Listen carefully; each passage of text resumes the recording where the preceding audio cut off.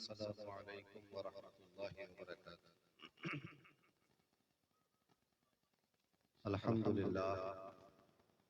अल्हम्दुलिल्लाहिल क़ादिरिल मुक़्तदिरिल क़दीर वस्सलातु वस्सलामु अला सय्यिदिल बशीरिन नज़ीर व अला आलिहि व अस्हाबिहि व वारिसी हालिहि अल अमीनिल मकीन मुहिय्यिद्दीन बिरहमतिका या अरहमर राहिमीन व बअद।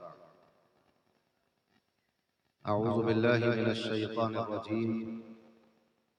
बिस्मिल्लाहिर रहमानिर रहीम। अल्हम्दुलिल्लाहि रब्बिल आलमीन अर्रहमानिर रहीम मालिकि यौमिद्दीन इय्याका नअबुदु व इय्याका नस्तईन।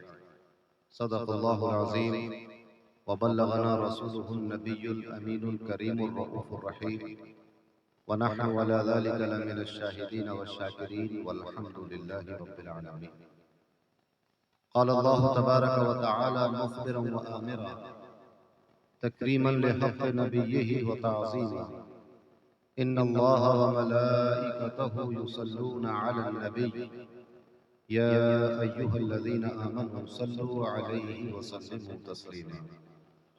अल्लाहुम्मा सल्लि व सल्लिम व ज़िद व बारिक अलैहि व अला आलिहि व सहबिहि व वारिस हालिहि व अला मन लदैहि सलातु व सलामन अलैका या रसूलल्लाह सल्लल्लाहु तआला अलैहि वसल्लम। चले जब हुजूर सुए फलक बलगल उला बिकमालिही, कोई देखे रुख की चमक दमक कशफत दुजा बिजमालिही। वो है बेमिसाल दरीचे शक हसनत जमीउ खिसालिही। उन्हें देख लें तो पढ़ें मलक सल्लू अलैहि व आलिहि। अल्लाहुम्मा सल्लि व सल्लिम व ज़िद व बारिक अलैहि व अला आलिहि व सहबिहि व वारिस हालिहि व अला मन लदैहि सलातु व सलामन अलैका या रसूलल्लाह सल्लल्लाहु तआला अलैहि वसल्लम। अल्लाह तबारक व तआला का फज़्ल व एहसान कि उसने हमें और आपको इस मुबारक महफिल में हाजिर होने की तौफीक अता फरमाई। काबिल मुबारकबाद हैं वो लोग जिन्होंने इस मजलिस को सजाया संवारा और आप तमाम हजरात जो अपने घरों से चलकर यहाँ तशरीफ लाए। अल्लाह तबारक व तआला हम सबको जज़ाए खैर अता फरमाए। आमीन। फकीर को आप जानते हैं, मैं न कोई अल्लामा हूं न मौलाना न मुफ्ती, एक फकीर आदमी।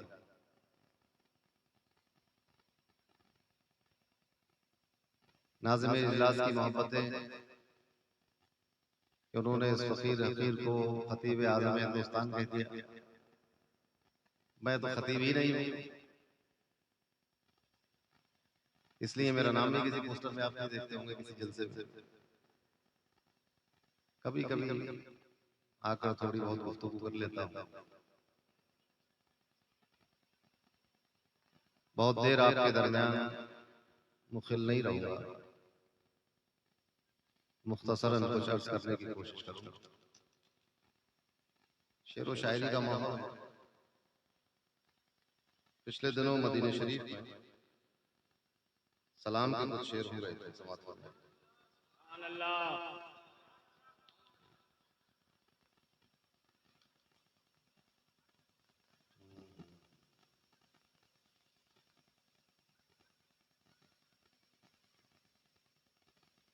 माहिरुल कादरी का एक सलाम है बहुत मशहूर। सलाम उस पर के जिसने बेकसों की दस्तगीरी की। तो उसी को गुनगुना रहा था। उसमें दो तीन शेर थे जो थे तो ठीक, मगर अब उन्होंने कहा कि वो सलाम उस पर के जिसके घर में चांदी थी न सोना था, सलाम उस पर के टूटा बोरिया जिसका बिछौना था। कुछ शेर हो गए मेरे भी समाप्त थे। सलाम उस पर के जिसने कलमे तय्यब पढ़ाया है, सलाम उस पर कि जिसने कलमे तय्यब पढ़ाया है, सलाम उस पर कि जिसने खुल्द का रास्ता दिखाया है। सलाम उस पर कि जिसने खुल्द का रास्ता दिखाया है। बाज़ लोग ये समझते हैं सीरत का बयान करने का मतलब ये है कि ये बयान किया जाए कि हुजूर अपने कपड़े खुद धो लेते थे और अपने घर का आटा गूंद दिया करते थे, अपनी अपनी नालैन को खुद सी लिया करते थे। ये मतलब है सीरत बयान करना। यकीनन ये भी सीरत का हिस्सा है, मगर सीरत इसके अलावा भी बहुत कुछ है। सलाम उस पर के तौसीफ व सना जिसकी मुअक्कद है, सलाम उस पर कि तौसीफ व सना जिसकी मुअक्कद है, सलाम उस पर कि जिसका नामे नामी ही मोहम्मद है। सुभान अल्लाह। सलाम उस पर कि जिसका नामे नामी ही मोहम्मद है। सलाम उस पर कि जिससे दुश्मनी कुफ्र व दलालत है, सलाम उस पर कि जिससे दुश्मनी कुफ्र व दलालत है, सलाम उस पर कि जिसकी पैरवी रब की इताअत है, सलाम उस पर कि जिसके नाम में बरकत ही बरकत है, सलाम उस पर कि जिसके नाम में बरकत ही बरकत है, सलाम उस पर कि जिसकी जात बस रहमत ही रहमत है, सलाम उस पर कि जिसकी जात बस रहमत ही रहमत है, और सलाम उस पर कि जिसके लश्करी अर्शी फरिश्ते हैं, सलाम उस पर कि जिसके लश्करी अर्शी फरिश्ते हैं, सलाम उस पर गरीबों बेकसों से जिसके रिश्ते हैं, सलाम उस पर गरीबों बेकसों से जिसके रिश्ते हैं, सलाम उस पर कि जो हर वस्फ में तन्हा अकेला है, सलाम उस पर कि जो हर वस्फ में तन्हा अकेला है, सलाम उस पर शबे मेराज जिसने रब को देखा है, सलाम उस पर शबे मेराज जिसने रब को देखा है, और सलाम उस पर कि जिसका फक्र फाका इख्तियारी है। ये जो सोना और चांदी घर में नहीं था हुजूर के, तो हुजूर ने पसंद नहीं किया इसको, ये हुजूर की मजबूरी नहीं थी, या आपकी पसंद नहीं था कि सोना उनके घर में होता। सलाम उस पर कि जिसका फक्र फाका इख्तियारी है, सलाम उस पर कि जिसका फैज हर आलम में जारी है। आखिरी शेर ये था कि सलाम उस पर कि जिसका, सलाम उस जात पर जिसका घराना सबसे आला है, सलाम उस जात पर जिसका घराना सबसे आला है, सलाम उस पर कि जिसका हर सहाबी रब को प्यारा है, सलाम उस पर कि जिसका हर सहाबी रब को प्यारा है। अल्लाहुम्मा सल्ली व सल्लिम व ज़िद व बारिक अलैहि व अला आलिहि व सहबिहि व बारिक हालिहि व अला मन लदैहि सलातु व सलाम अलैका या रसूलल्लाह सल्लल्लाहु अलैहि वसल्लम। तीन शेर नात के ये हो गए, भी नामुकम्मल है नात, तीन शेर होकर रह गए, चौथा शेर नहीं हो पा रहा है। इंशाअल्लाह दुआ कीजिए कि आगे गजल मुकम्मल। अभी रास्ते में था, किसी शायर की वो कार में बज जाती गजल बजाते, अपनी गजल पढ़ रहा था कोई शायर, उसी की जमीन अच्छी लगी तो उसमें कुछ शेर हो।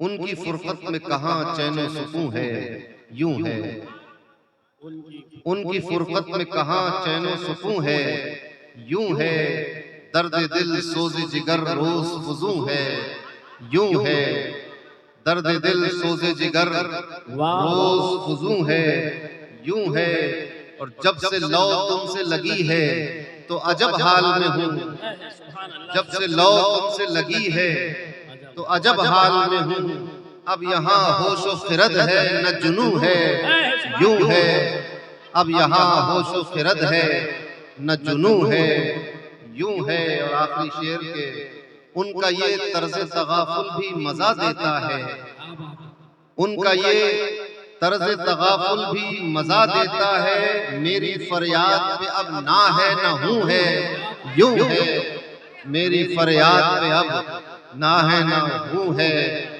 यूं है, उनका ये तर्ज तगाफुल भी मजा देता है, मेरी फरियाद पे अब ना है ना हूं है, यूं है, उनकी फुरकत में कहां चैनो सुकून है, यूं है, दर्द दिल सोज़े जिगर रोज फुजूं है, यूं है। अल्लाहुम्मा सल्ली व सल्लिम व ज़िद व बारिक अलैहि। नारे तकबीर, नारे रिसालत, सलातो सलाम कॉन्फ्रेंस, सलातो सलाम कॉन्फ्रेंस, शम्स महरारा, शम्स महरारा।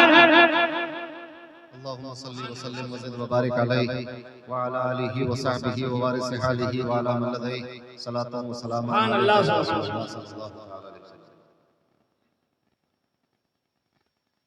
वक्त बहुत हो गया है, अभी दूसरा दौर भी चल रहा है नात खानी का।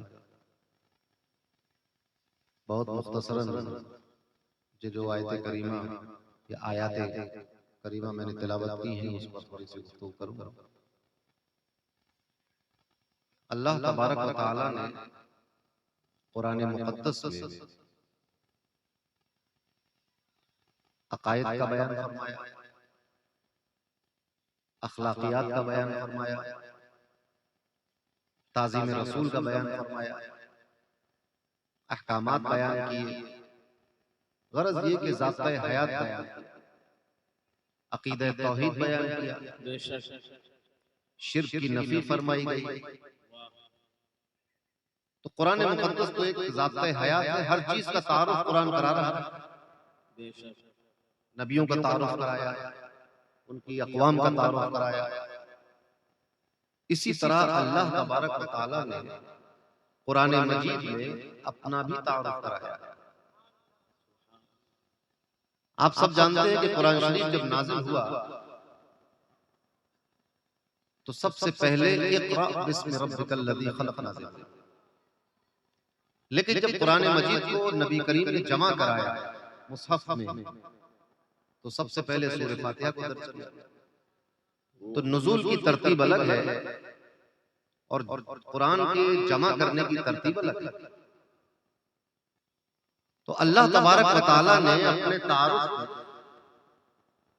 इस मुसहफ की तरतीब के एतबार से अपना तारुफ जो सबसे पहला पेश किया। हमें जानना चाहिए ना कि हमारा रब कौन है, कैसा है, वो क्या है, ये सब जानने की जरूरत है।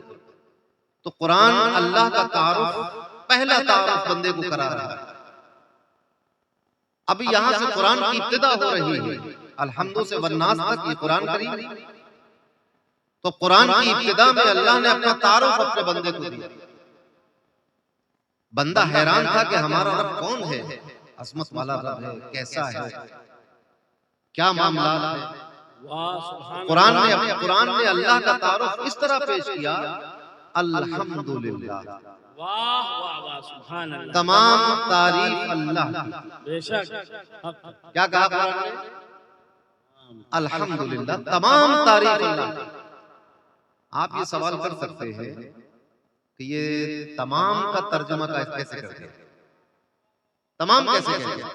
अल्हम्दुलिल्लाह, हम्द यानी तारीफ, कलमे जलालत यानी अल्लाह की।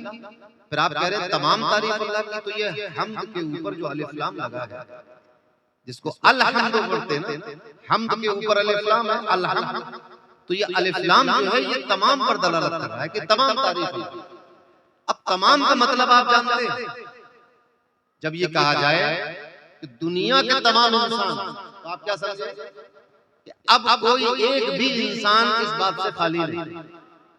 अगर ये कहा जाए कि दुनिया के तमाम इंसानों को भूख लगती है, क्या मतलब हुआ कि तमाम इंसानों, चाहे नबी हो या सहाबी हो, अहले बैत में से हो, कुफारे मक्का में से हो, मुशरिकीन मक्का में से हो, बनी इस्राइल में से हो, कौम नूह में से हो, हजरत इब्राहीम अलैहिस्सलाम की कौम से हो, फिरौन हो, नमरूद हो, शद्दाद हो, यजीद हो, अबू जहल हो, कोई भी, सबको भूख लगी। तमाम का मतलब ही है।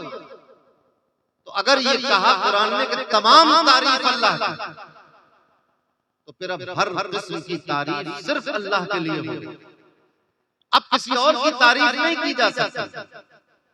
यही तो मतलब निकलेगा।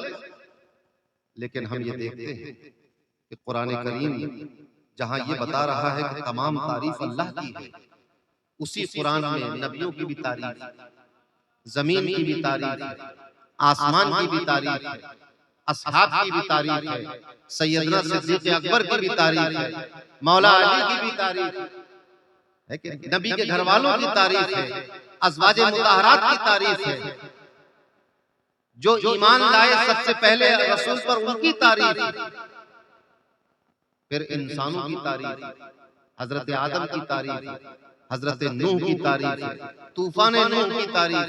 गरज के कुरान में और भी बहुत सारी चीजों की तारीफ, जबकि कुरान शुरू यहां से हो रहा है कि तमाम तारीफ अल्लाह। बात समझ में आ रही है कि नहीं आ रही? छोटे से मदरसे का मुदर्रिस मैं मुकर्रिर हूं भी नहीं, मगर कोशिश करूंगा कि समझा लूं। जब तमाम तारीफ अल्लाह की हो गई तो फिर अब उसूल ये तय होना चाहिए कि अब किसी और की तारीफ नहीं होगी। बात समझ में आई? और ये कुरान खुद कह रहा है अल्हम्दुलिल्लाह, तमाम तारीफ अल्लाह की। मगर हम देखते हैं और सुन रहे हैं कि अभी रसूलुल्लाह की तारीफ हो रही है, अहले बैत की तारीफ हो रही है, सहाबा की तारीफ हो रही है, और फिर अल्लाह इन तारीफात करने का हुक्म भी देता है, रसूल इस तारीफात का हुक्म भी देते हैं। नमाज पढ़ो तो उसमें भी रसूल की तारीफ होगी, आले रसूल की भी तारीफ होगी, हजरत इब्राहिम की तारीफ होगी, आले इब्राहिम की भी तारीफ होगी कि नहीं होगी? फिर इसका क्या मतलब हुआ कि तमाम तारीफ नहीं? क्योंकि जो चीज अल्लाह के लिए हो उसमें किसी को शरीक किया जाए तो यही शिर्क होता है। और इस्लाम और कुरान और नबी शिर्क को मिटाने के लिए आए, ना कि शिर्क की तालीम दी जाए। तो जब तमाम तारीफ अल्लाह की है तो फिर अब दूसरे की तारीफ नहीं होनी चाहिए।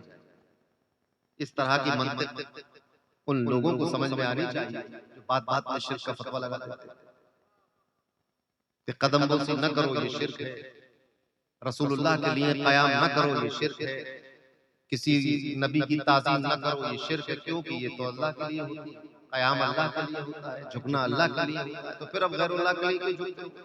तो मेरा सवाल उनसे ये है कि ये सब जब कुरान शुरू होकर आगे बढ़ेगा तो भाई सारी बात, अभी तो कुरान का पहला लफ्ज है अल्हम्दुलिल्लाह, अज़मत और ताज़ीम और रुकू और क़याम और सुजूद तो बात की बात है। इसका जिक्र तो अभी 3-4 सफ़े के बाद आएगा कि सजदा होगा कि नहीं होगा।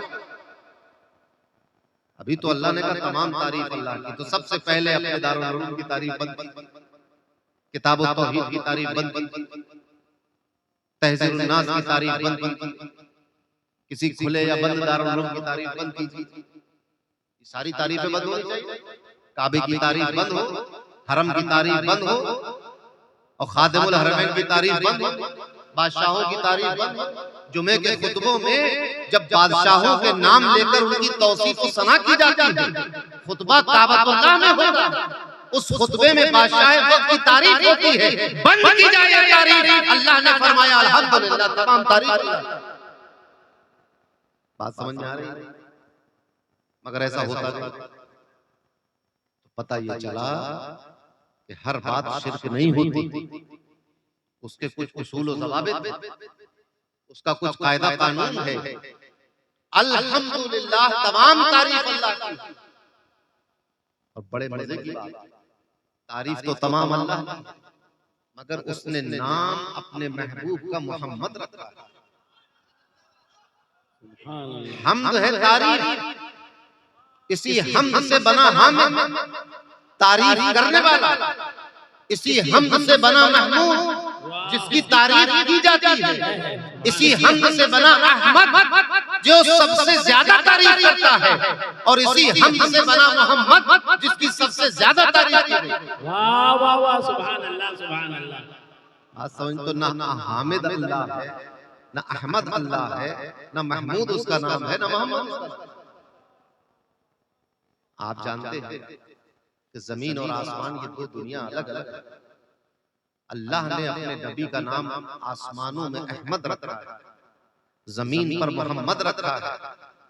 अब सूफिया ये बयान करते हैं और अफा ये बयान करते हैं कि चूंकि आसमानी दुनिया में हर वक्त अल्लाह की हम्दो सना बयान की जाती है, हाँ तो फरिश्ते रहते हैं, फरिश्ते अल्लाह की हम्दो सना करते रहते हैं। तो उन तमाम हम्द करने वाले हामिदीन अल्लाह ने अपने हबीब को अहमद बनाया है। यानी तारीफ तो जिब्रील भी करेंगे, मिकाईल भी करेंगे, इसराफील भी करेंगे, इज़राइल भी करेंगे, तमाम फरिश्ते तारीफ करेंगे, मगर उन तारीफ करने वाले फरिश्तों में अल्लाह का हबीब अहमद है, यानी सबसे ज्यादा तारीफ करने वाला। वाह वाह वाह, अल्लाह की हम्दो सना करने में कोई फरिश्ता हुजूर की तरह नहीं, वो हामिदीन है और हुजूर अहमद है, सबसे ज्यादा तारीफ। और ये दुनिया, इस दुनिया में हर चीज की तारीफ होती है। आप किसी फूल को देखेंगे उसकी तारीफ करेंगे, किसी पहाड़ को देखेंगे उसकी तारीफ करेंगे, आसमानों को देखेंगे उसकी तारीफ करेंगे, घर को देखेंगे उसकी तारीफ करेंगे, स्टेज को देखेंगे इसकी तारीफ, कोई नात पढ़ रहा होगा उसकी तारीफ करेंगे तो दुनिया तो तारीफों का घर, हर शय की तारीफ हो रही है। तो जिस दुनिया में सिर्फ तारीफ ही तारीफ होती हो, हर शय की तारीफ होती हो, उस कायनात में अल्लाह ने अपने महबूब को मोहम्मद बनाकर भेजा है, यानी सबसे ज्यादा इनकी तारीफ की गई। सुभान अल्लाह, बात समझ में आई? उसके बावजूद अल्लाह ने क्या फरमाया? अल्हम्दुलिल्लाह, तमाम तारीफ अल्लाह। तारीफ का मतलब ये है कि जब आप किसी शय की तारीफ करते हैं तो उन अल्फाज में करते हैं जिन अल्फाज से आप शनासा होते हैं। मसलन अगर आपको ये बताना हो, किसी को ये न मालूम हो कि शेर किसे कहते हैं, अरबी में उसको असद कहते हैं। अब असद की तारीफ करेंगे, असद कौन है? तो आप कहें असद को, असद वो है हिजब्र को असद। लीजिए साहब, आपने एक ऐसा लफ्ज बोल दिया, जब असद ही नहीं मालूम था उसको तो हिजब्र कहते हैं।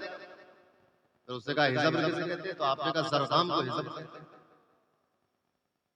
तो उसने कहा ये जरगाम किसे कहते हैं? अब आप एक एक लफ्ज ऐसा बोलते जा रहे हैं शेर के माने का कि जो उसको नहीं, तो ये कोई तारीफ नहीं है, ये तारीफ गलत है। तारीफ वो सही होती है, तारुफ वो ठीक होता है कि जो उन अल्फाज में कराया जाए जो अल्फाज आप जानते हैं, वरना तो फिर उन अल्फाज की फिर एक नई तारीफ और फिर उस तारीफ की एक नई तारीफ, और ये इसी तरह चला जाएगा, या तो ये तसलसल हो जाएगा या दौर हो जाएगा, दोनों बार। मसलन कुरान करीम, अल्लाह ने कुरान का सबसे पहला तारुफ जो कराया, कुरान शरीफ का जो सबसे पहला तारुफ, वो यहां से शुरू हो रहा है, अलिफ लाम मीम ज़ालिकल किताबु ला रैब फीह। अब इस तारीफ के शुरू के 3 हर्फ ऐसे हैं दुनिया में कोई नहीं जानता। ना अलिफ को कोई जानता है, ना लाम को कोई जानता है, ना मीम को कोई जानता है। ज़ालिकल किताबु ला रैब फीह से बात समझ में आती है? ये वो अज़ीमुश शान किताब है जिसमें कोई शक की गुंजाइश नहीं, मगर अलिफ लाम मीम को कोई नहीं जानता। तो जिस चीज को कोई न जानता हो उससे कैसे तारुफ कर दिया? तो यहाँ ये बताया जाता है कि ये तारुफ और ये कलाम अल्लाह ने इंसानों और जिन्नातों फरिश्तों से नहीं किया। ये खिताब, ये कलाम अल्लाह ने अपने महबूब से किया है, और वो उसका माना और मफहूम और मतलब जानते हैं। तो अलिफ लाम मीम को हुजूर जानते हैं, ज़ालिकल किताबु ला रैब फीह का माना पूरी दुनिया जानती है। तो कुरान जानने में भी इंसान रसूलुल्लाह की तरह नहीं। तालीम जिब्राइल फकत एक बहाना थी, हजरत वहीं से आए थे लिखे पढ़े हुए। अमीर मीनाई कहते हैं कि तालीम जिब्राइल फकत एक बहाना थी, हजरत वहीं से आए थे लिखे पढ़े हुए, और हजरत का इल्म लदुन्नी था। ए अमीर, देते थे कुदसियों को सबक बे पढ़े। तो अब अल्लाह तारुफ करा रहा है अपना, फरमाता अल्हम्दुलिल्लाह, तमाम तारीफ अल्लाह की। अब इस कायनात में जो मसनूआत हैं, जो बनी हुई चीजें हैं, जो तख्लीक शुदा चीजें हैं, उनकी तारीफ। अब इसको एक इस तरह समझिए इसको कि आपने किसी मेज की तारीफ की, मेज, तो हकीकतन ये मेज बनाने वाले की तारीफ। किसी खूबसूरत पेंटिंग की तारीफ, तो वो उस पेंटिंग बनाने वाले की तारीफ। किसी मसनू की तारीफ, तो वो उसके साने की तारीफ होती है। अब इस कायनात में आप हर शय की तारीफ करते चले जाएं। आप कहेंगे चांद बहुत खूबसूरत है, मैं कहूंगा तो फिर चांद बनाने वाला कैसा होगा? आप कहेंगे सूरज बहुत खूबसूरत है, मैं कहूंगा सूरज बनाने वाला कैसा होगा? आप कहेंगे पहाड़ बहुत खूबसूरत है, मैं कहूंगा पहाड़ का खालिक कैसा होगा? और जब थक जाओ, हर शय की तारीफ न कर सको, तो कहो मोहम्मदुर रसूलुल्लाह कहते हैं, मैं कहूंगा खालिक कैसा होगा? सुभान अल्लाह अकबर, मोहम्मद रसूल, मोहम्मद रसूल, मोहम्मद जिंदाबाद। हमारे पीर मुर्शिद जिंदाबाद, जिंदाबाद, जिंदाबाद। हमारे पीर मुर्शिद हुजूर ताजदार अहले सुन्नत ने फरमाया कि सबसे अच्छी ये हमदे इज्जत है। सबसे अच्छी ये हमदे इज्जत है, मेरा रब खालिक मोहम्मद है। दूसरा मुस्तफा बनाए कौन? हजरत फरमाते हैं कि दूसरा मुस्तफा बनाए कौन? दूसरा जब कोई खुदा ही नहीं।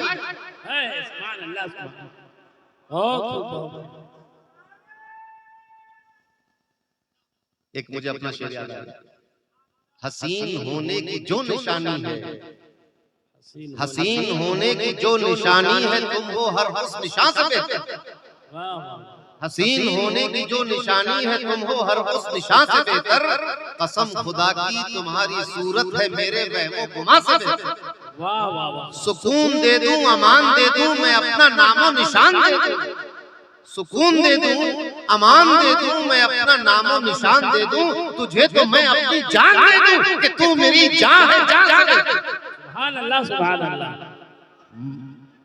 अल्लाहू अकबर। या रसूल नहीं छोड़ेंगे, नहीं छोड़ेंगे। मक्ते में कहा था कि मदीना मुस्तफा में इश्की, उन्हीं को उनकी सना सुनाओ। मदीना मुस्तफा में इश्की, उन्हीं को उनकी सना सुनाओ। खुदा के जब वो हबीब ठहरे, जज़ा मिलेगी गुमा से बेहतर। तो सबसे अच्छी ये हमने हुजूर की तारीफ, अल्लाह की तारीफ। इसीलिए कहा जाता है कि जब किसी को, इंसान को आप देखें कि माजूर है, अपाहिज है, तो उसको बुरा न करो, क्योंकि ये बुराई बनाने वाले की बुराई है। उसने फरमाया हुवल्लज़ी युसव्विरुकुम फिल अरहाम कैफ़ यशा, वो अल्लाह जो जैसा चाहता है तुम्हें वैसा बना देता है। आप सोचें कितना असीम फज़ल है उसका कि उसने हमारी शक्ल और सूरत को अपनी चाहत बता दिया। उसने फरमाया हुवल्लज़ी युसव्विरुकुम फिल अरहाम कैफ़ यशा, जैसा उसने चाहा वैसा बनाया। तो हमारी शक्ल सूरत, इंसानों की शक्ल सूरत वैसी है, मखलूक की शक्ल सूरत वैसी है जैसे उसके रब ने चाहिए। इसीलिए किसी को इस बात का ताना नहीं देना चाहिए, मना किया गया।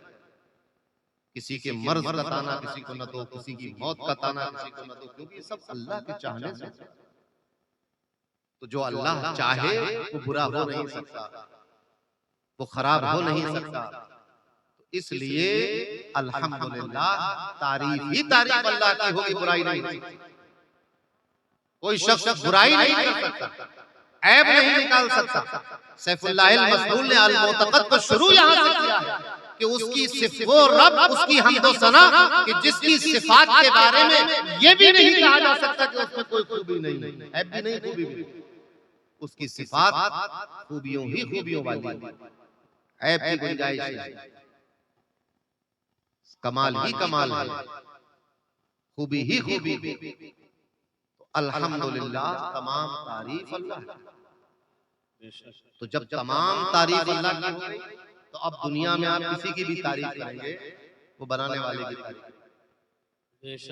अब कोई भी तारीफ उसकी तारीफ से खाली नहीं। बात समझ में आई? मगर अब ध्यान आपको ये रखना है कि अब तारीफ में भी ये लिहाज रखना है कि जब तारीफ करनी ही उसकी है जिसकी तमाम तारीफ है, तो फिर तारीफ उसकी भी करो जिसको वो चाहता है। जिसकी तारीफ को तमाम तारीफों वाला पसंद करता हो, उसी की तारीफ करनी चाहिए। बस अहले सुन्नत वल जमात यही करते हैं। अल्लाह को पसंद है रसूल की तारीफ, तो उन्हीं की तारीफ करते हैं। सहाबा की तारीफ तो उनकी तारीफ करते हैं, अहले बैत की तारीफ तो उनकी तारीफ करते हैं, औलिया की तारीफ तो उनकी तारीफ करते हैं। ऐसी शय की तारीफ सुन्नी नहीं करता जिसकी तारीफ अल्लाह को पसंद है। जो अल्लाह को पसंद है वही करते हैं, क्योंकि तमाम तारीफ है अल्लाह। अब हर तारीफ अल्लाह की। अब अगली सिफत अल्लाह ने बयान की, अल्हम्दुलिल्लाह रब्बिल आलमीन, जो तमाम आलमीन का पालनहार है, पालने वाला है। रब कहते हैं पालने वाले, खिलाने पिलाने वाले, तरबियत करने वाले, हिफाजत करने वाले, नशो नुमा देने वाले, बड़ा करने वाले को कहते हैं रब। तो वो रब तमाम आलमीन का, वो अल्लाह रब है तमाम आलमीन का, और तारीफ है सबकी सब अल्लाह। रब होने के लिए, पालने वाला होने के लिए रहमत और मोहब्बत जरूरी है। आप देखें, अगर आप घर में कोई जानवर या चिड़िया तोता पाल लेते हैं, उससे भी आपको एक लगाव होता है कि नहीं? उससे एक लगाव है। एक रिवायत में आया, एक औरत को इस वजह से जहन्नम में डाला जाएगा कि उसने एक बिल्ली को कमरे में बंद कर दिया था, खाना पीना नहीं दिया। बात समझ रहे हैं? इस्लाम तो वो मजहब है कि जिसमें जानवरों के लिए भी रहमत है। आज लोग इस्लाम पर दहशतगर्दी का इल्जाम लगाते हैं, मगर इस्लाम तो सरापा रहमत ही रहमत। एक वफ्द आया हुजूर के पास, इस्लाम कबूल किया। हुजूर ने उसको नसीहत फरमाई और ये फरमाया कि नाखून छोटे रखना। क्या कहा? नाखून छोटे रखना।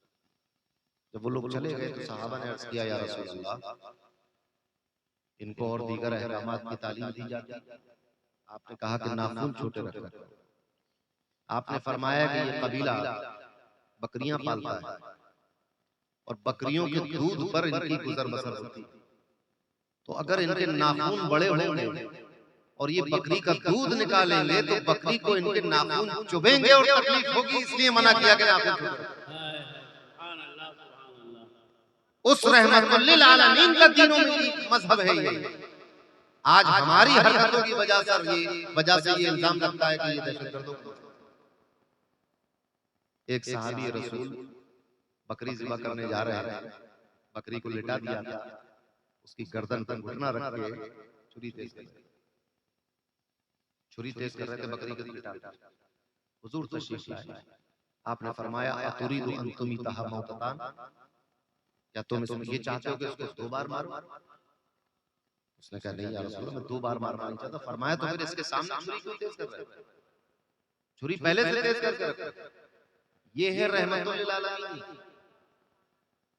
तो अल्लाह ने फरमाया कि अल्लाह रब है तमाम आलमीन का और आलमीन का पालने वाला है, तो इसका मतलब ये हुआ कि वो आलमीन से मोहब्बत करता है, रहमत फरमाता है, बगैर उसके पाला नहीं जा सकता, परवरिश नहीं की जा सकती। आप सोचे, एक छोटा बच्चा माँ के पास होता है, जिसको समझ बूझ नहीं होती, बिल्कुल अक्ले हयुलानी की मंजिल में होता है, तो अगर वो आग की तरफ लपके तो माँ उसको रोक लेती है।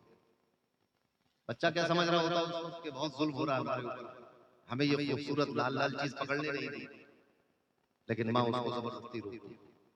अगर छत के किनारे पर हो तो खींच के पीछे ले आती है। बच्चा क्या चाह रहा होता है?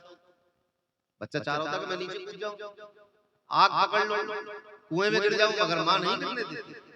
इसी तरह बिला तशबीह व तमसील हमारी ख्वाहिशात तो बहुत कुछ होती हैं कि हमें ये भी मिल जाए और हम ऐसा भी कर ले और वैसा कर ले, मगर चूंकि हमारा अल्लाह और रब जो है, रब्बुल आलमीन है, वो हमें परवरिश करता है, वो बेहतर जानता है कि क्या हमारे लिए नुकसानदेह है और क्या फायदा।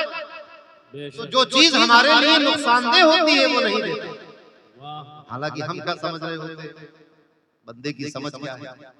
बंदा ये सोचता है कि मैं महरूम है, मुझे गरीब बना, मुझे मुफलिस बना। मसनवी में, मौलाना रूम की मसनवी में एक वाकया है। वाकया ये है कि एक बादशाह था,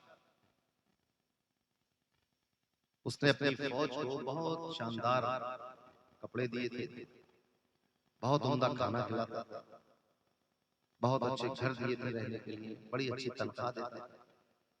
तो ये बात एक फकीर देखा।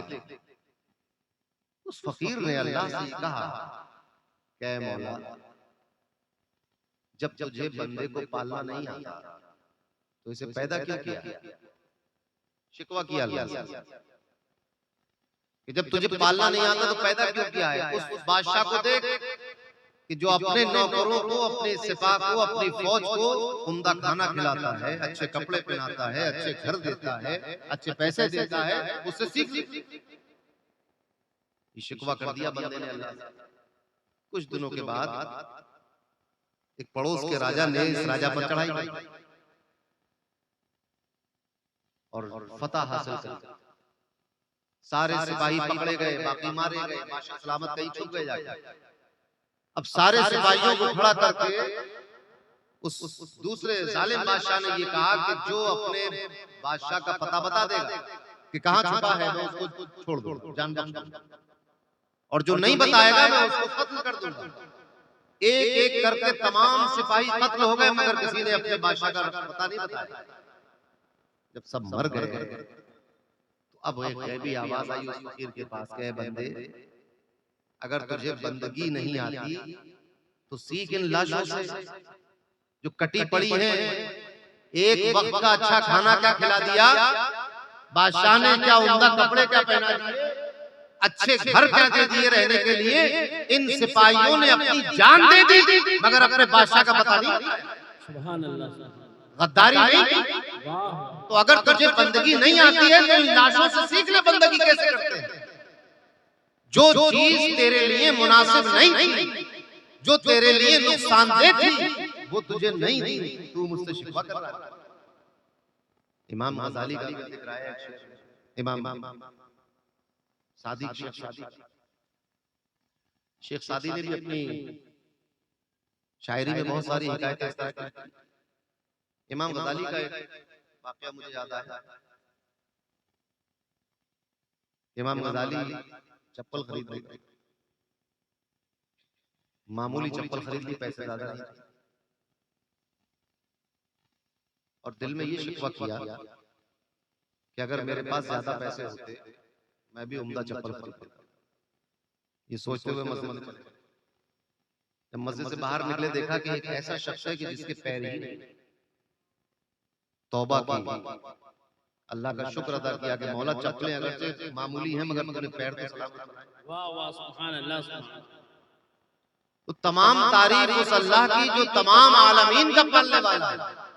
तो ये अकीदा बना लेना चाहिए कि जिस चीज को अल्लाह ने पैदा कर दिया है उससे अल्लाह मोहब्बत करता है। अब वो मखलूक, वो पैदा होने वाली शय अल्लाह की उस मोहब्बत का हक अदा करती है नहीं करती है, इसकी अपनी बात। अल्लाह तो तमाम बंदों को चाहता है, बंदा ही आकर यहाँ अल्लाह को भूल गया। देखिए आप रोज़े अज़ल तमाम बंदों से अल्लाह ने इकरार ले लिया था कि तुम्हारा रब कौन है। बंदों ने कहा तू ही हमारा रब है। अलस्तु बिरब्बिकुम क़ालू बला।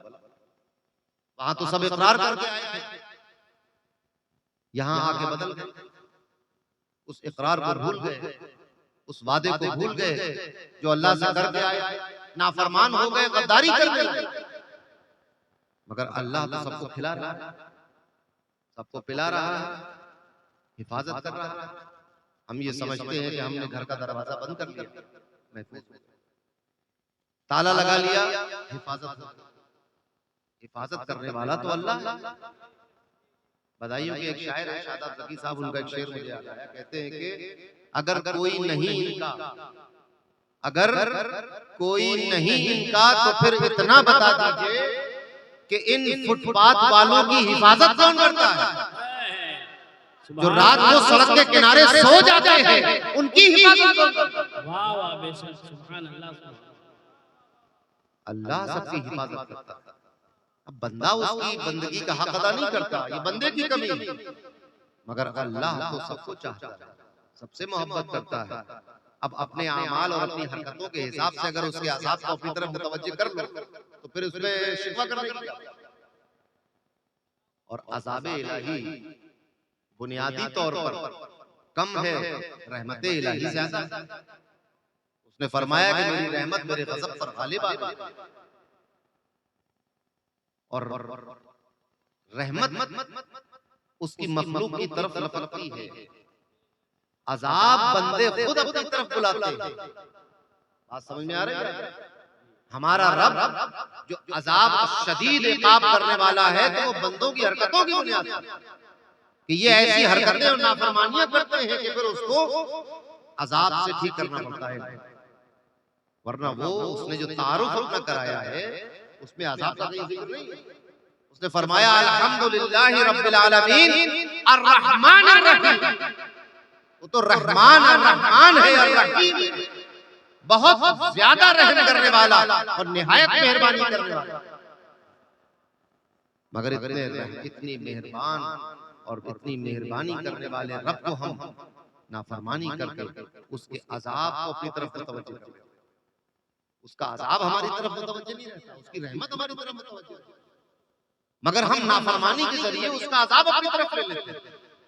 जैसे बनी इस्राइल, हजरत मूसा की कौम, कितनी फजीलत दी अल्लाह ने, जा वजह कुरान में फरमाया कि बनी इस्राइल को फजीलत दी। मगर बनी इस्राइल को फजीलत हजम क्या किया बनी इस्राइल ने? अपने अंबिया को कत्ल कर दिया, अल्लाह की नाफरमानी की, नबियों को धोखा दिया। ये कहा कि मा हादा इल्ला बशरुन मिसलुना, ये तो हमारी तरह बशर। ये सारी बातें उन्होंने की, नाफरमानी। उनके लिए आसमान से खाना उतारा गया, उस पर सब्र नहीं हुआ। उनके लिए अल्लाह ने और बहुत सी नेमतें पैदा की, उनको पानी पीने के लिए 12 चश्मे पैदा किए एक मुआजिजे के जरिए। मगर उनको अल्लाह का शुक्र अदा करने की तौफीक अता की। जब ये सब हुआ, नाफरमानियां हुई, तो फिर उन पर अज़ाब आया। फरमाया कूनू क़िरदतन ख़ासिईन, धुतकारे हुए बंदर बना दिए गए, बस्तियां पलट दी गई, आसमान से आग बरसा दी गई। ये सब कब हुआ? जब नाफरमानियां हुई। लेकिन इससे पहले रहमत मुतवज्जह।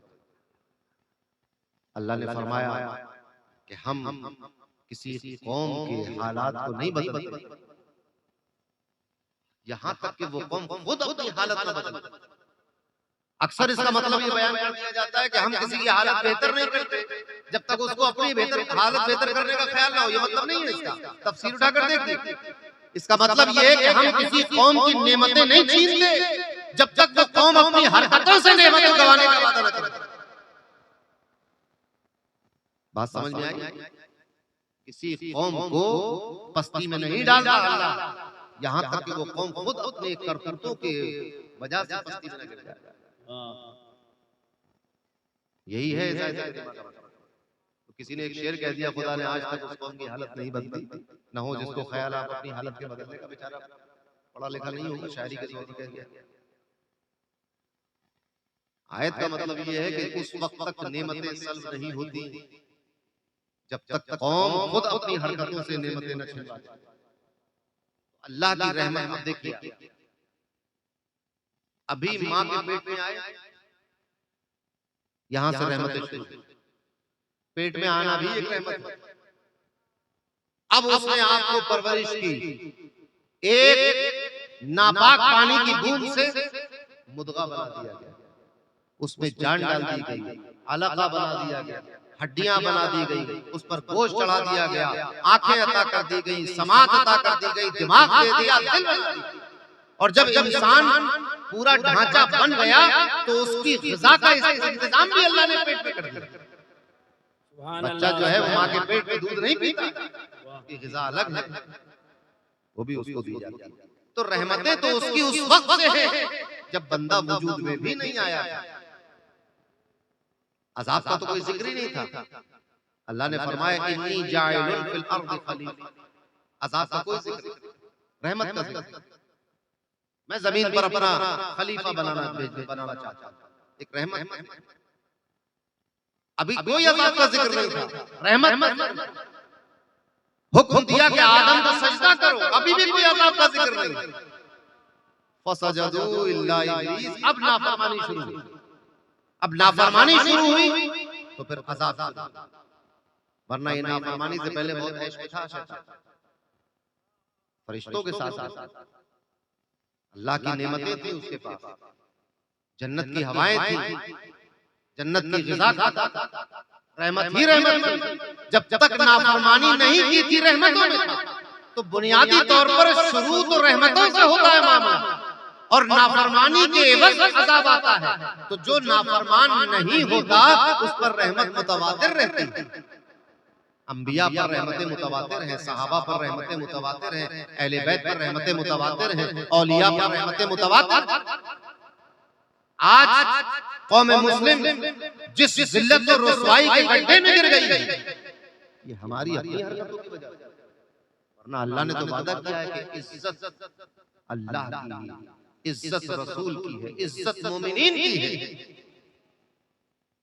मगर आज हम देखते हैं कि इज्जत हमसे कोसों दूर है, अजमत हमारी खो चुकी।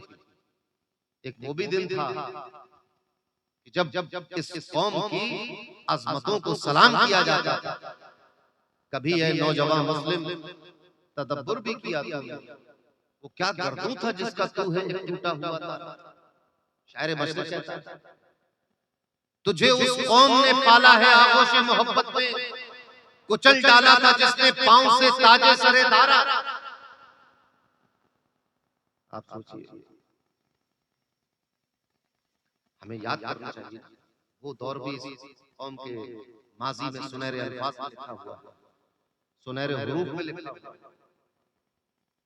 मुसलमानों कौम का यह आलम था कि जब यूरोप से कोई शख्स अंदलुस में आता था तो देखकर हैरान रह जाता था कि ये कैसा शहर है कि जिस शहर की सड़कें शीशे की बनी हैं, इतनी साफ सफाई। अब्दुर्रहमान दाखिल की हुकूमत थी, ठंडा और गर्म पानी सरकारी तौर पर हर घर में जाया करता था। ये निजाम मुसलमानों ने बनाया। एक दिन एक सुबह एक पादरी अपने चेलों के साथ निकला चर्च जाने के लिए, तो ठोकर लगी एक पत्थर से और गिर गया। उठकर कपड़े झाड़ता हुआ बोला कि लगता है सुबह से कोई मुसलमान इस रास्ते से नहीं गुजरा, अगर मुसलमान गुजरा होता तो ये पत्थर रास्ते में नहीं। ये भी दिन देखते हैं इस कौम में। हारून रशीद का नाम सुना होगा, उसका बेटा था मामून, खलीफा था, बगदाद में सल्तनत थी। इसने फ्रांस के बादशाह को एक घड़ी भेजी, टाइम पीस, इतनी बड़ी बड़ी चल रही थी, टक टक की आवाज आ रही थी उसमें, टिक टिक टिक। जब फ्रांस के बादशाह को तोहफे में भेजी तो फ्रांस का बादशाह उस घड़ी को देखकर डर गया। उसने कहा कि इस घड़ी के अंदर कोई इफरीत बंद है, जिन्नात बंद है जो इसमें आवाज टिक टिक कर रहा है। ये आलम था यूरोप की जिहालत और आपकी कौम की तरक्की का आलम क्या था। मगर हालात बदल गए। तरीके मुस्तफा को छोड़ना है वजह बर्बादी, इसी से कौम दुनिया में हुई बेइख्तियार। हमने वो रास्ता छोड़ दिया, हमने उस तरीके को छोड़ दिया, हमने उनकी सुन्नतों को छोड़ दिया, उस आदाब और अखलाक को छोड़ दिया। आज एक दूसरे से हम दुश्मन हैं, रस्साकशी है, इनाद है, बुग़्ज़ है, अदावत है, एक दूसरे को नीचा दिखाने की कोशिश की जाती है, एक दूसरे के खिलाफ झूठे मुकदमे कर दिए जाते हैं, एक दूसरे के खिलाफ झूठी गवाही दी जाती है। आज हमारे घर का माहौल देखिए क्या है, हमारे घरों में तिलावत मफकूद हो चुकी है। अब हमारे घरों में फिल्मी गानों ने नगमा सराई शुरू की। क्या मज़हब था, क्या मसलक था, वो क्या दीन था, कहां गया। हजरत खालिद इब्न वलीद जब किस्रा की तरफ भेजा गया, पर्शियन एम्पायर की तरफ भेजा गया लश्कर लेकर, तो वो लोग ये समझे कि ये कुछ लुटेरे लोग हैं। देखा उन्होंने कि कपड़े फटे हुए हैं, खाने पीने का सामान नहीं, कपड़ों में पैबंद लगे हुए हैं, धूल बालों पर धूल अटी हुई है, चंद लोग आ गए हैं। तो वो ये समझा, ईरान का बादशाह ये समझा कि ये कुछ लूटने के लिए आया। उसने कहा कि लुटेरों कुछ पैसे दौलत सोना चांदी ले जाओ और जब ये खत्म हो जाए तो फिर आ जाना, फिर उतना पैसा दे देना। खालिद इब्न वलीद ने कहा कि तुम गलतफहमी का शिकार हो, हम लुटेरे नहीं हैं, हम दौलत की हवस में नहीं आए हैं, हम अल्लाह का कलमा लेकर यहाँ पर आए हैं, हमें तुम्हारी दौलत से कोई लेना देना नहीं है। अगर अल्लाह का इस कलमे को तुम अपने मुल्क में आने देते हो तो खैर है, और अगर नहीं आने देते तो जिस तरह तुम शराब पीते हो हमारी तलवार तुम्हारा खून। ये कहा। वाह, वो भी दौर था जब इस कौम के पास खाने के लिए अनाज नहीं होता, पीने के लिए पानी नहीं होता, मगर आलम ये था कि पर्शियन एम्पायर कदम पड़ा हुआ है, रोमन एम्पायर कदम टल न सकते थे अगर जंग में अड़ जाते थे, पांव शेरों के भी मैदान से उखड़ जाते थे। दश्त तो दश्त है दरिया भी न छोड़े हमने, बहरे जुल्मात में दौड़ा दिए घोड़े हमने, किसकी तारीफ।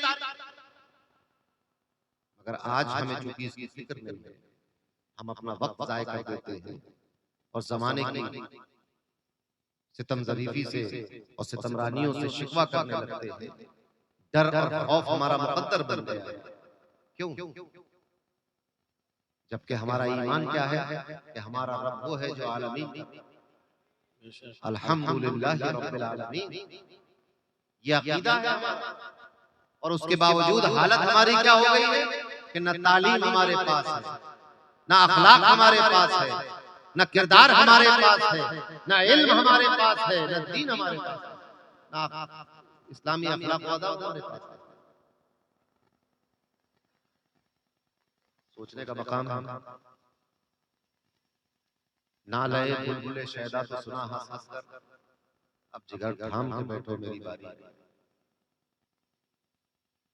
अपने मन में डूबकर पाजा सुरागे जिंदगी, तू अगर मेरा नहीं बनता न बन, अपना तो बन। सोचने का मकाम है। ये जलसे इसीलिए मुनक़िद होते हैं कि आपको वो याद दिलाया गया जो आप भूल गए। जो जमाने की गर्दिशे लैलो नहार से जो गर्द हमारे ऊपर जम गई है, उसको छुटाना भी जरूर। यही वजह है कि जब हमने अपना किरदार छोड़ दिया तो लोगों ने जमातें बना ली, क्या कहकर कि अब हम मुसलमानों की इस्लाह करेंगे। किसने दिया उनको मौका? शर फैलाने का, अकीदा खराब करने का, रसूलुल्लाह से दूर करने का, सहाबा की तौहीन करने का, अहले बैत की तौहीन का। कौन दे रहा है? हम ही दे रहे हैं। उन्होंने देखा मौका गनीमत है, मुसलमानों को कलमा नहीं याद है, लाओ कलमे के बहाने इनके दरमियान चलो। इनको नमाज पढ़ना नहीं आती, लाओ नमाज सिखाने के बहाने इनको। शैतान ने क्या कहा था अल्लाह से कि मैं सीधे रास्ते पर घात लगा के बैठूंगा, सिराते मुस्तकीम पर बहकाऊंगा लोगों को। तो अब सिराते मुस्तकीम पर बहकाने के लिए जुन्नार डाल के अगर कोई आएगा तो आप क्यों बहकोगे? लेकिन वो बुखारी शरीफ लेकर कोई आएगा तो आप लोगों को मौका दिया। हम भूल गए, भूल गए अपना मसलक, भूल गए अपना अकीदा। जिसने जिस तरह चाहा हमें मोड़ दिया। कोई नबी की अज़मतों से खिलवाड़ कर रहा है, कोई अहले बैत की अज़मतों से खिलवाड़ कर रहा है, कोई सहाबा की अज़मतों से खिलवाड़ कर रहा है, कोई तौहीद के नाम पर रसूल की तौहीन कराना चाहता है, कोई अहले बैत की मोहब्बत के नाम पर सहाबा की तौहीन कराना चाहता है, कोई सहाबा की अज़मत के नाम पर अहले बैत से दूर कराना चाहता है। ये सब क्या चलता है? कोई कुरान के नाम पर दीन से दूर कर रहा है, कोई हदीस के नाम पर मसलक से दूर कर रहा है। हो क्या रहा है? अजीब और गरीब माहौल है। न तड़पने की इजाजत है, न फरियाद की है, घुट के मर जाऊं ये मर्जी मेरे सैयाद की है। हमें इस बात का एहसास भी नहीं। वाए नाकामी मताए कारवां जाता रहा, कारवां के दिल से एहसास से ज़िया जाता रहा। हम ये एहसास भी भूल बैठे हैं कि हमारा नुकसान हो रहा है। भूल गए क्या होगा, सोचने की जरूरत है। अपने सारे तौर तरीके छोड़ दिए, हर चीज गैरों की अपना ली, हर चीज गैरों। आजकल मैं देखता हूँ ईद मिलादुन नबी मनाने का तरीका बदल गया। पहले लोग बावजू होकर टोपियां लगाकर इतर लगाकर दुरूद और सलाम पढ़ते हुए जुलूस में निकलते। आज लोग डीजे लेकर आ जाते हैं और उस पर नाचते हैं और तबर्रुक के नाम पर रिज़्क की बेहुरमती करते हैं। गरम गरम बिरयानी हाथ में देते तबर्रुक के नाम पर और गिर जाती है नीचे।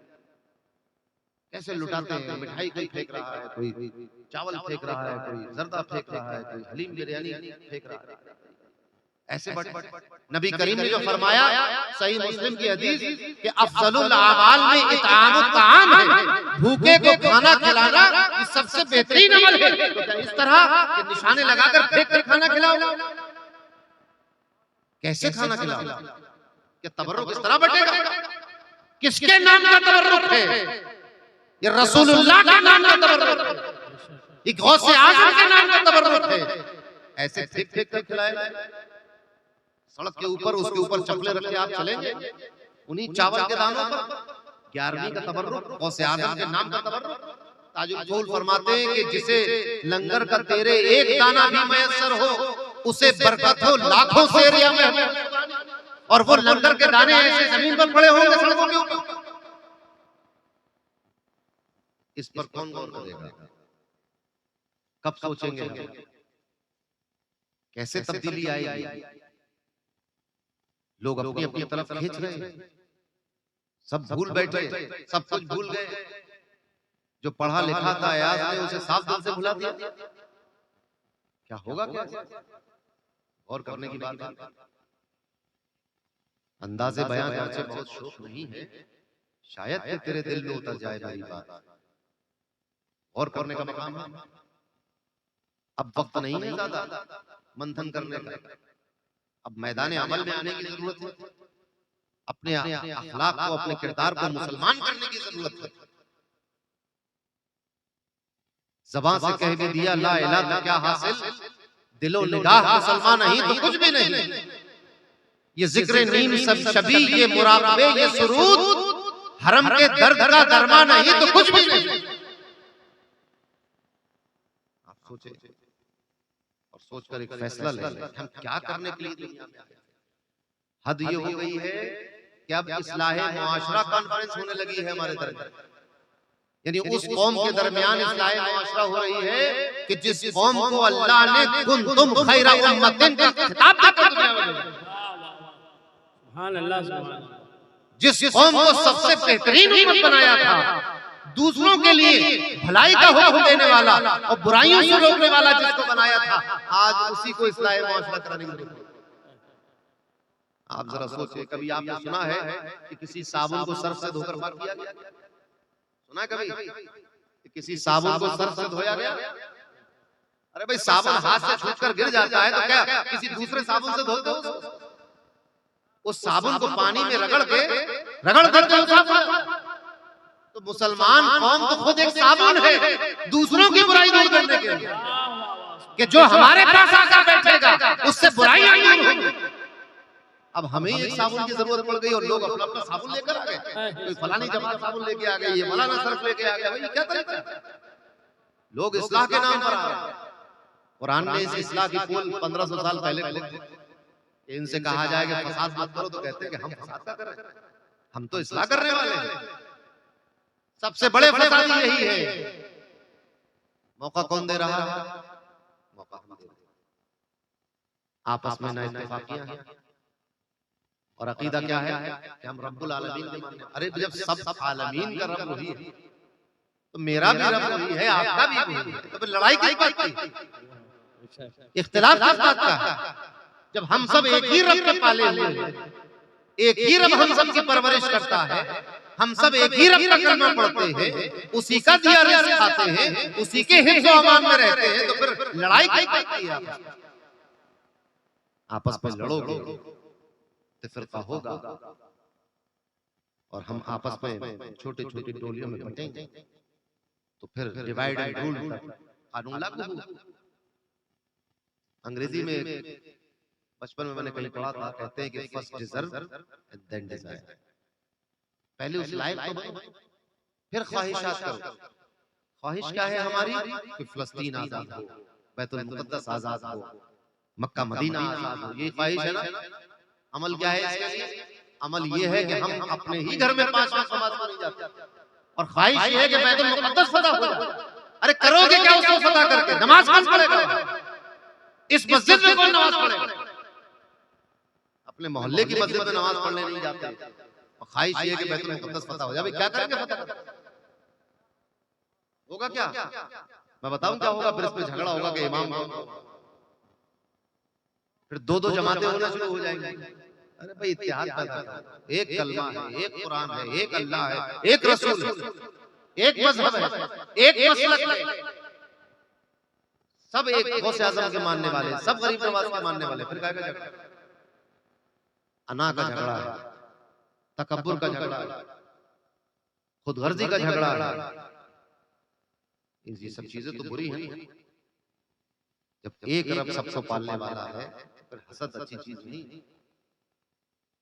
सुधारने की कोशिश करना होगा, बेहतरी की तरफ आना होगा, रसूलुल्लाह सल्लल्लाहु अलैहि वसल्लम की सीरत से सबक लेना होगा, उनकी जिंदगी से सीखना होगा, मक्के की जिंदगी देखना होगी, फिर मदीने की जिंदगी भी देखना होगी। जब कोई हमारे ऊपर गासिब, हमारे ऊपर हाकिम बन जाए और जालिम हो तो रसूलुल्लाह की मक्की जिंदगी से सबक लो, और जब अल्लाह हमें हुकूमत और इख्तिदार दे तो रसूलुल्लाह की मदनी जिंदगी से सबक लो। सुभान अल्लाह, सुभान अल्लाह। मगर जब हम हाकिम थे, हमने रसूल की मदनी जिंदगी छोड़ दी। अब हम महकूम हैं तो हम मक्की जिंदगी छोड़े बैठे। ऐसा माहौल था, मक्के का ऐसा माहौल था कि लोग ये कहते थे कि रसूलुल्लाह के पास किसी को जाने मत दो, इनका बाइकाट। अब बाहर से लोग आते थे रसूलुल्लाह से मिलने के लिए, दीन सीखने के लिए, तो कुछ सहाबा की ड्यूटी लगाती थी कि जो भी नया आदमी देखो तो उसको बहुत खामोशी से यहाँ लेकर। और मौला अली मुश्किल कुशा की ड्यूटी सबसे ज्यादा रहती है। वो देखते थे मक्के में कोई नया शख्स आया, हुजूर से मिलना चाहता है, तो उसको इशारा करते थे कि मेरे पीछे पीछे चले। खुद आगे आगे चलते थे, बंदा पीछे पीछे चलता था। बस बात समझ में आ गई कि जो अली के पीछे पीछे चला वो मुशरिकीन मक्का के दरमियान भी हो तो काशाना नबूवत तक पहुंच जाता, रसूल के घर तक पहुंच जाता।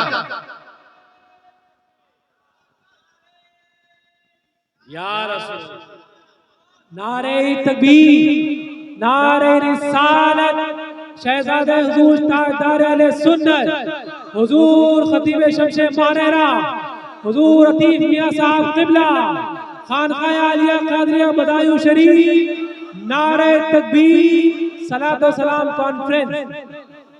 तो मौला अली मुश्किल कुशा उसे अपने साथ पीछे पीछे नबी के पास लाया करते थे।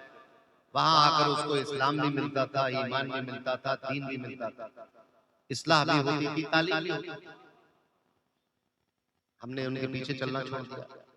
अब हम अली को छोड़कर शियों के पीछे चलते हैं। मौला अली को छोड़ दिया, शियों के पीछे चलते। जैसा वो कर रहे हैं वैसा आप नहीं कर रहे हैं। अरे वैसा करो जैसा हज़रत अली ने किया। किरदार, हमारा किरदार शिया जैसा नहीं होना चाहिए, हमारा किरदार इमाम हुसैन जैसा होना चाहिए। हम हुसैन ही हैं, हम शिया नहीं। मौला अली के मानने वाले हैं। नारे तकबीर। बात समझ में आ रही है? हमारा किरदार इमाम हुसैन जैसा होना चाहिए। वो तो हम पैदा कर नहीं सकते। जरा सी तकलीफ होती है, शिकवा। बदायूं के एक शायर थे, असर बदायूं, उन्होंने कहा था कि यही पैरवी हुसैन है, कभी गौर तूने किया असर? यही पैरवी हुसैन है, कभी गौर तूने किया असर? यहाँ तू नमाज से बेखबर, वहां सर कटाया नमाज में।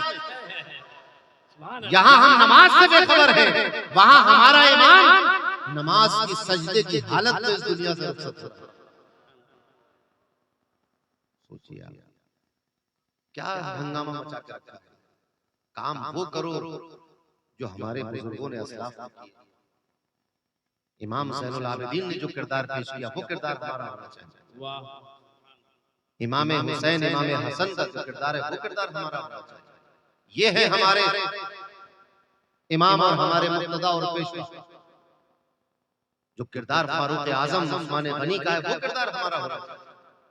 जो किरदार इस कायनात में नबियों के बाद सबसे अफजल तरीन शख्सियत सैयदना सिद्दीक अकबर का है वो किरदार हमारा होना चाहिए। सुभान अल्लाह।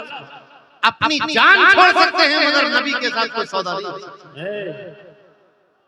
ये है किरदार सिद्दीक। मगर हमारा किरदार क्या है? हम तालीम हासिल करते हैं, न दीन सीखा, न दुनिया, न खुदा ही मिला, न विसाले सनम, न इधर के रहे न उधर। हमें अपनी ये रविश छोड़ने की कोशिश करनी चाहिए। यही जलसों का पैगाम है। मैंने बहुत वक्त ले लिया। अल्लाह ने फरमाया अल्हम्दुलिल्लाहि रब्बिल आलमीन, तमाम तारीफ अल्लाह की जो तमाम आलमीन का परवरिश करने वाला पालनहार, अर्रहमानिर रहीम, निहायत रहम करने वाला, उससे ज्यादा रहम कोई कर नहीं सकता।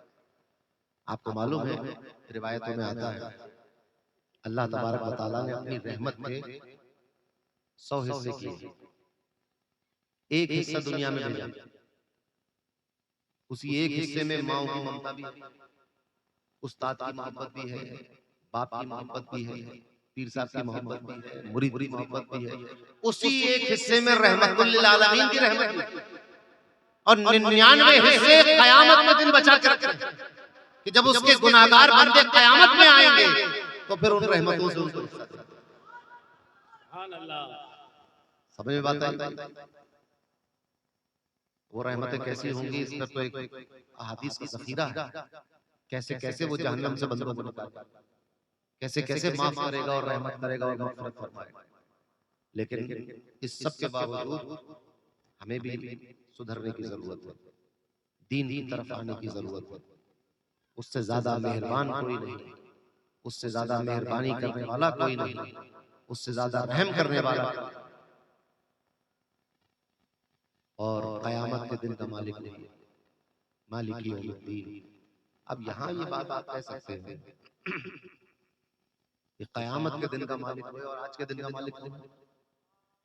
आज के दिन का भी तो वही मालिक है ना। कल जो इतवार आएगा उसका भी मालिक वही हो, जुमे का भी मालिक वो, इतवार का भी वो, पीर का भी वो, मंगल का भी, और यौम आखिरत का भी वो, और जो पहला दिन था इस दुनिया का उसका भी मालिक वही। लेकिन उसने क्या कहा अपने तारुफ में? मालिक यौमुद्दीन, कयामत का मालिक। सूफिया फरमाते हैं कयामत का मालिक कहने की हिकमत ये भी है कि बंदो गम न करो। अगर दुनिया में कोई सता रहा है, कोई हक मार रहा है, कोई परेशान कर रहा है, झूठे इल्जाम लगा रहा है, बहुतान लगा रहा है, गम न करना। आना सबको एक दिन मेरे सामने है और उस दिन मालिक यौमुद्दीन, उस दिन का मालिक मैं हूं, बादशाह। वाह वाह वाह वाह, बेशक। गम न करो। आज तो दुनिया में अल्लाह ने मजाजी तौर पर दूसरों को बादशाह बना दिया। बादशाह आएंगे चले जाएंगे, ताकतवर बनाया है, साहिब कलम बनाया, साहिब ज़बान बनाया, साहिब इख्तिदार बनाया। कोई अपनी ज़बान की कुव्वत पर किसी को उल्टा सीधा बोलकर चला गया, इल्जाम लगाकर चला गया। भद्रक बहुत दूर नहीं है, यहाँ अल्लाह के तो वली आना कर रहे हैं। आप देखेंगे इनके साथ क्या क्या नहीं किया लोगों ने। सुभान अल्लाह। मगर अल्लाह का कुरान क्या कह रहा है? गम न करना, इनसे खौफज़दा न हो, कि कहने वालों से जो तुम्हारा घर मार लिया, तुम्हारी जमीन का कब्जा कर लिया, तुम्हारे साथ तुम्हारे घर में चोरी कर ली, तुम्हें कत्ल कर दिया, तुम्हें चोट पहुंचा दी, तुम्हारे साथ बदसलूकी की, तुम्हारे साथ बेइज्जती का मामला किया। गम न करो, आना तो सबको एक दिन यहीं पर है। और उस दिन मैं ही मालिक हूं, सिर्फ और सिर्फ अल्लाह की बादशाह। लिमनिल मुल्कुल यौम, आज किसकी बादशाहत है? लिल्लाहिल वाहिदिल क़हार, आज एक क़हार अल्लाह की बादशाहत। तो गम न करना, दुनिया 4 दिन की है, गुजर जाएगी। मगर जब सामने आओगे क़यामत के दिन तो हिसाब किताब न करो। तो मेरे बंदो गम न करो, तुम्हें कोई सता दे तो परेशान न होना, क़यामत के दिन में फैसला करूंगा। वो दिन मेरा है, मैं उसका मालिक। और दूसरी तरफ सूफिया फरमाते हैं कि मुसलमानों, अल्लाह से डरो। अगर तुम्हें अल्लाह ने ताकत और कुव्वत और इख्तिदार अता कर दिया है तो उसका नाजायज इस्तेमाल न करना, किसी के साथ जुल्म ज्यादती न करना। क्योंकि अगर तुमने यहाँ किसी के साथ ज्यादती कर दी तो वो फरमा रहा है मालिक यौमुद्दीन, क़यामत का मालिक तुम्हें। मेरे बंदो, गम भी ना करो, अफसोस भी ना करो, दिल छोटा ना करो, और ऐ मेरे बंदो तुम जुल्म ज्यादती भी ना करो। मालिक यौमुद्दीन, क़यामत के दिन का मालिक। काफी हो चुका है, मैं भी थक गया हूँ। और अभी हमारे दूर दराज से तशरीफ लाए हुए शोरा इस्लाम को भी आप समात करना है, दिल जमनी के साथ समात करिए। दुआ ये है कि अल्लाह तबारक व तआला हमें कुरान पढ़ने और समझने की तौफीक अता फरमाए, प्यारे नबी सल्लल्लाहु अलैहि वसल्लम से मोहब्बत करने की तौफीक अता फरमाए, उनके बताए हुए रास्ते पर चलने की तौफीक अता फरमाए। जब तक हमारी जिंदगी है, अल्लाह और उसके प्यारे हबीब मोहम्मद मुस्तफ़ा सल्लल्लाहु अलैहि वसल्लम के बताए हुए रास्ते पर चले। और जब हमारा आखिरी वक्त हो तो हमारी जुबान पर वो ला इलाहा इल्लल्लाहु मुहम्मदुर रसूलुल्लाह सल्लल्लाहु अलैहि वसल्लम। व आखिर दावाना अल्हम्दुलिल्लाह।